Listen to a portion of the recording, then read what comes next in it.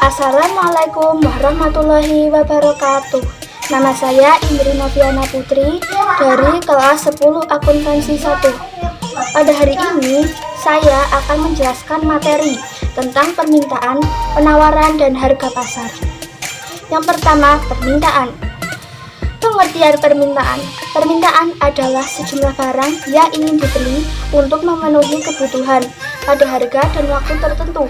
Permintaan dibagi menjadi dua, permintaan absolut dan permintaan efektif.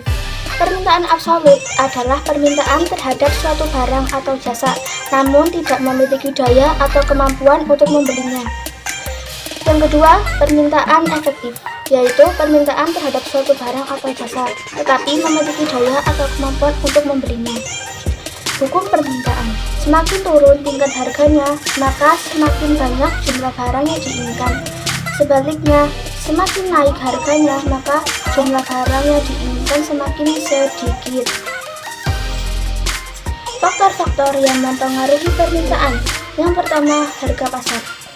Seperti yang kita ketahui, masyarakat memiliki naluri tersendiri untuk menentukan harga dan hasrat agar memiliki sebuah produk. Sebagian besar orang akan membeli sebuah produk jika harganya cukup terjangkau, namun mereka tidak akan membeli jika harganya cukup mahal. Faktor yang kedua adalah pendapatan konsumen. Semakin besar pendapatan yang kamu hasilkan, maka permintaan terhadap suatu barang atau jasa juga meningkat. Hal itu dikarenakan adanya uang untuk membayar selain hasrat untuk memiliki sebuah produk. Jika pendapatan kamu rendah, maka permintaan terhadap suatu barang atau jasa juga semakin sedikit, dikarenakan kamu harus menghemat ketika melakukan permintaan produk. Faktor yang ketiga adalah tingkat kebutuhan. Semakin pentingnya suatu barang atau jasa dalam kehidupan setiap orang, maka permintaannya juga akan meningkat. Misal, permintaan raincoat pada saat musim hujan lebih banyak daripada bukan saat musim hujan. Yang keempat adalah adanya barang pengganti atau substitusi. Ketersediaan barang pengganti atau substitusi sangat mempengaruhi permintaan. Misal, pada saat harga kopi naik, maka masyarakat menganggap bahwa teh adalah barang pengganti atau substitusi dari kopi. Kemudian mengalihkan perhatiannya ke teh sehingga permintaannya menjadi banyak. Faktor yang kelima adalah jumlah penduduk di dunia. Semakin banyak jumlah penduduk, maka permintaannya juga meningkat.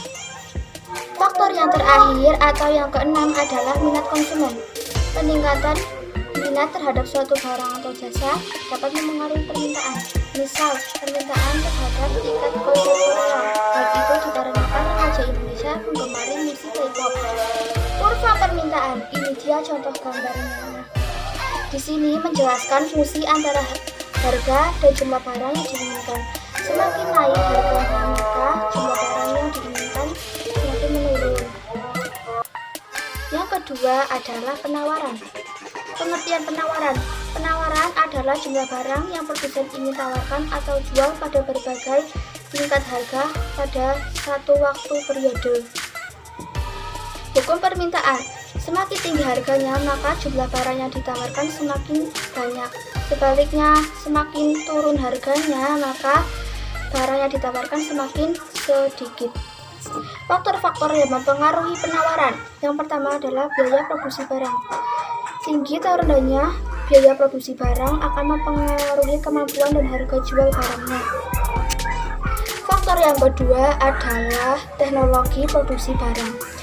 Jika teknologi yang digunakan bagus, maka jumlah barang yang ditawarkan akan meningkat. Selain itu, jumlah yang ada di pasar juga meningkat. Hal itu dapat mempengaruhi penawaran.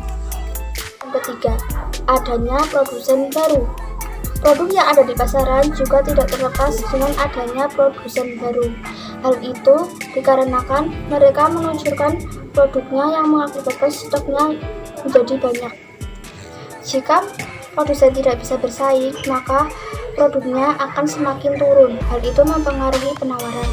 Kurva penawaran, ini contoh gambarnya. Di kurva penawaran ini adalah fungsi antara harga dan jumlah barang yang ditawarkan.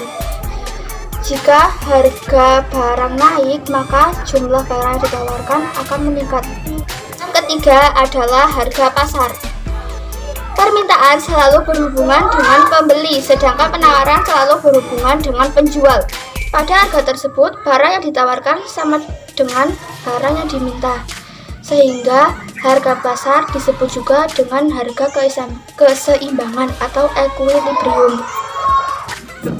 Sekian materi yang saya jelaskan, semoga bermanfaat bagi Anda.